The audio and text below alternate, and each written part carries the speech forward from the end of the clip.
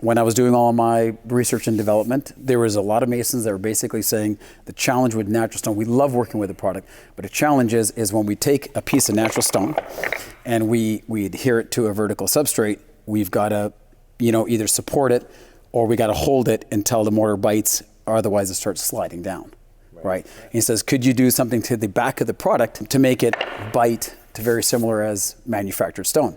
So we developed this product. I didn't know what it was called, and the mason actually named it GripSet. He says, Sanjay, you should call this GripSet because it grips and it sets. It is what I it said, is. Great, can I use that? He said, yes. So anyways, it's a registered trademark owned by us. That's awesome. Did you buy him dinner, I hope? I lunch? did more than that, yes, for sure. Yeah. He got well taken care of. Dinner and dessert. So this, in a veneer perspective, will actually prevent the stone from sliding and really helps the job just go a little bit quicker.